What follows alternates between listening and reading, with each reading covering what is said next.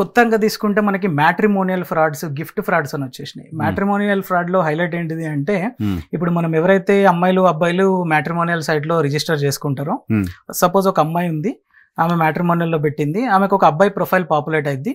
అందులో he claims that he is an Indian but staying in London, యూకేలో మంచి ఒక డాక్టర్ గా ఉన్నాడు, మంచి మంచి ఫోటోగ్రాఫ్స్ అప్లోడ్ చేస్తూ ఉంటాడు. దాని తర్వాత యూకే నెంబరే ఉంటుంది వాట్సాప్ కి. సో కాంటాక్ట్ చేసుకొని మాట్లాడిన తర్వాత నాకు I'm interested in your profile అని ఆ అబ్బాయి చెప్తాడు. అక్కడ నుంచి వాట్సాప్ లో కాల్, కొంతసేపు నార్మల్ కాల్ మాట్లాడతారు, తర్వాత వీడియో కాల్ మాట్లాడతారు.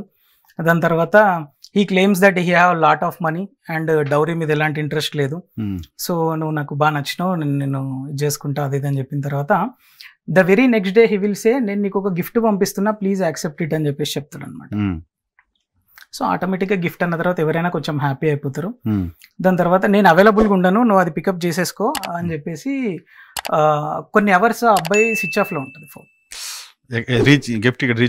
ఎస్, ఆ మీన్ టైంలో ఏమవుతుందంటే ఢిల్లీ కస్టమ్స్ నుంచి కాల్ వస్తుంది అమ్మాయికి.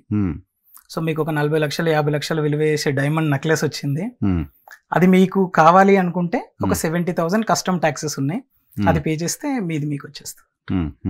సో 40 లక్షల గిఫ్ట్, ఆయన అవైలబుల్ గా లేడు, అది తీసుకోవాలి అంటే ఈ 70,000 కట్టకపోతే నా పరుగు పోతుంది ఆయన దగ్గర.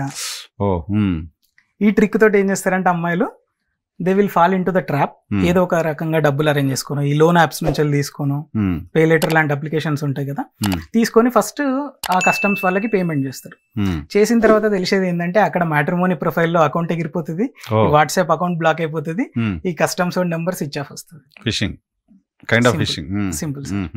So fishing calls, fishing scams అన్ని అంటే కోరిలేట్ అవుతా ఉంటాయి సార్. సైబర్ క్రైమ్స్ లో ఒక ఎంఓ, ఒక మాడస్ ఆపరండి అనేది స్టార్ట్ అయితే ఒకదాని నుంచి ఒకదానికి, ఒకదాని నుంచి ఒకదానికి కోరిలేట్ అయిపోతూ ఉంటాయి అన్నమాట.